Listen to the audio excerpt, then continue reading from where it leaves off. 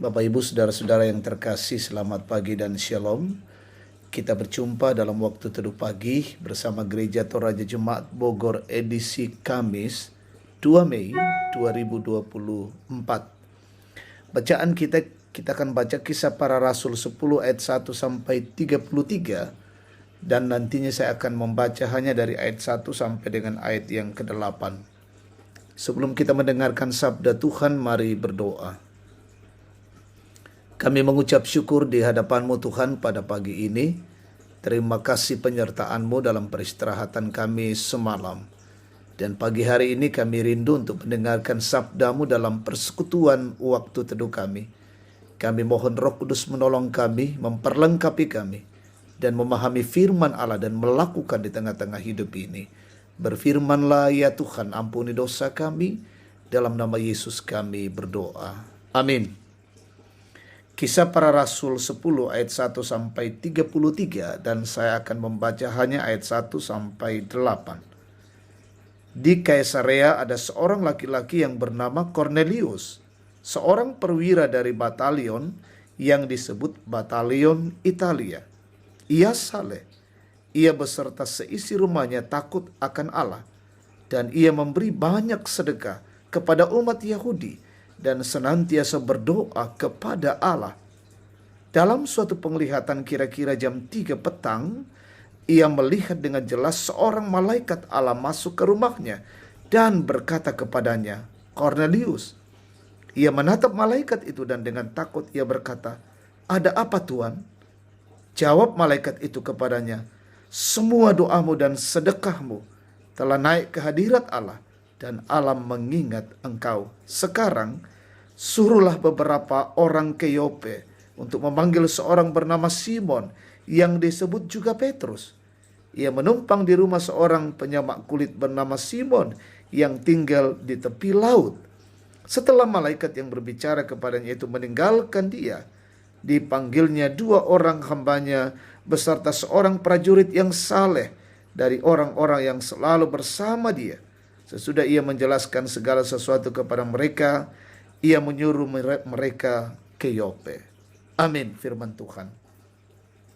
Tema kita hari ini, percaya akan firman-Nya, umpatongan kadanna.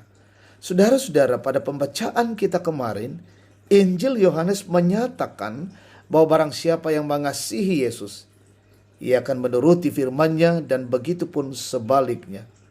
Kornelius yang adalah orang yang dianggap najis karena ia non-Yahudi, justru menerima dan menghidupi perintah Yesus ini. Dalam ayat 2 dijelaskan bahwa Kornelius adalah seorang yang saleh, memberi banyak sedekah, dan senantiasa berdoa. Bahkan ia dan seisi rumahnya takut akan Allah. Jika tidak percaya kepada Yesus, maka Kornelius tidak akan digambarkan sebagaimana sosok di atas.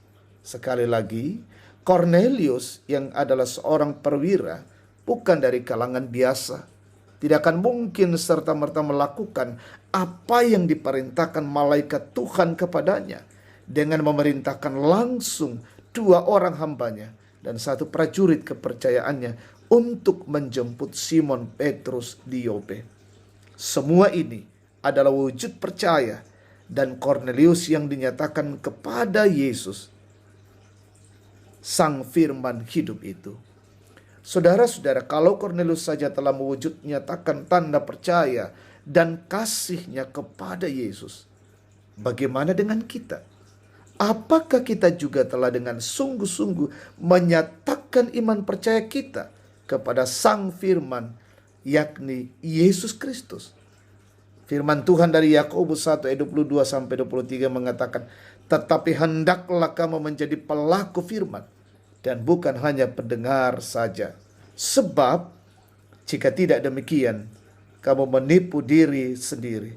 Sebab jika seorang hanya mendengar firman saja dan tidak melakukannya, ia adalah seumpama seorang yang sedang mengamat-amati mukanya yang sebenarnya di depan cermin." Terpujilah nama Tuhan. Amin. Mari kita berdoa. Kami bersyukur di hadapan-Mu ya Tuhan pada pagi hari ini.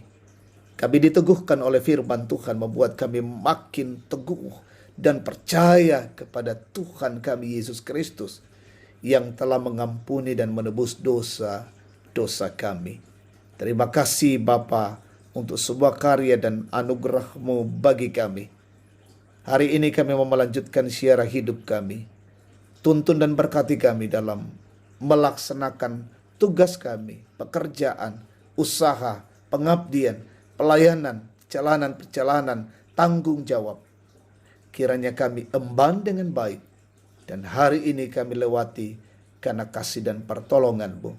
Berkati pemerintah kami, pemimpin kami, wakil rakyat, aparat negara, penegak hukum. Anugerahi hikmat-Mu Tuhan, berdiri menegakkan kebenaran, keadilan di negeri ini. Berkati umat-Mu dimanapun, ada yang sakit Tuhan sembuhkan, ada yang berduka Tuhan hiburkan, ada yang bergumul teguhkan dan kuatkan, ada yang bersuka cita karena bertambah usia, sempurnakan syukur dan sukacita anak-anak-Mu. Orang tua kami menikmati masa tua, berkati mereka semua. Saudara-saudara kami yang mencari pekerjaan, karuniakan yang terbaik bagi mereka. Anak-anak-Mu dalam pertumbuhan, berkati yang masih kecil dalam permainan, tumbuh kembang mereka, bertumbuh dalam kasih dan hikmat-Mu ya Tuhan. Berkati anak-anak-Mu yang berjuang dalam bangku pendidikan, bangku kuliah, dimanapun mereka mengenyam pendidikan. Berkati, tambah-tambahkan hikmat, kecerdasan, dan kemampuan bagi mereka. Bapa, ini doa dan syukur kami pagi ini, kami sampaikan padamu dalam nama Tuhan Yesus. Amin. Demikian waktu teduh Tuhan berkati kita semua.